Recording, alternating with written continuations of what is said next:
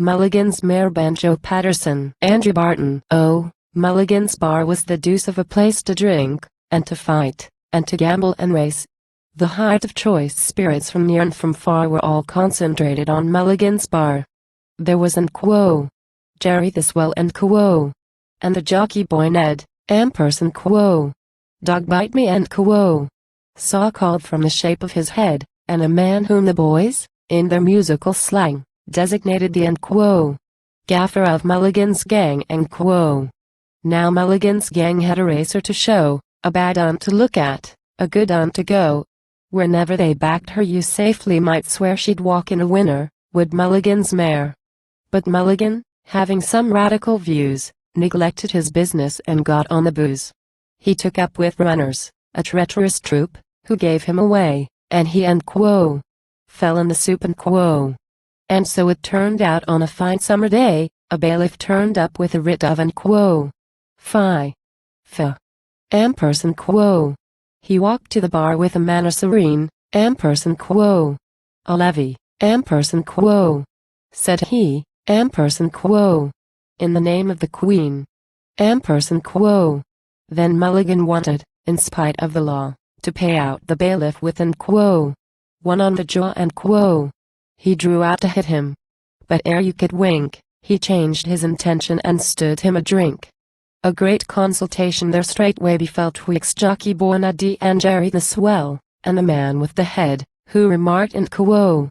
Why, you bet. Dog bite me. Quo. Said he, Quo. But we'll diddle him yet. Quo.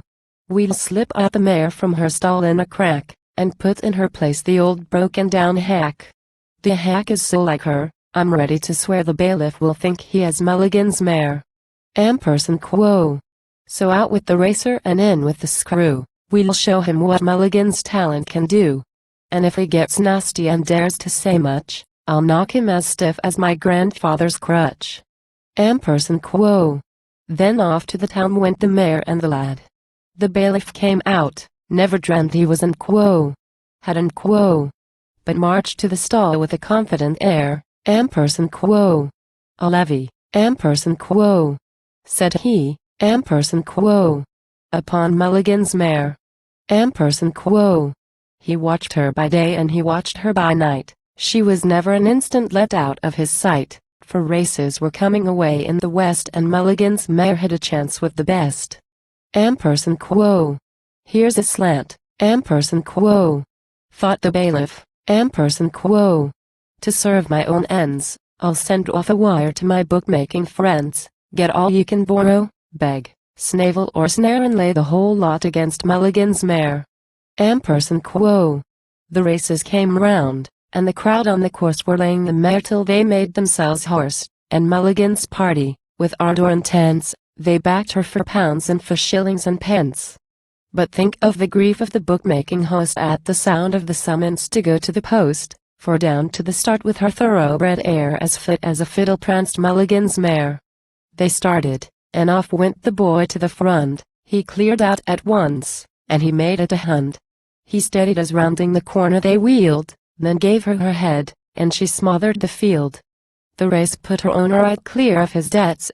He landed a fortune in stakes and in bets. He paid the old bailiff the whole of his pelf, and gave him a hiding to keep for himself.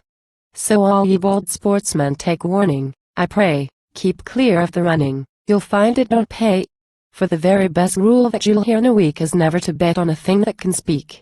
And whether you're lucky or whether you lose, keep clear of the cards and keep clear of the booze, and fortune and season will answer your prayer and send you a flyer like Mulligan's mare.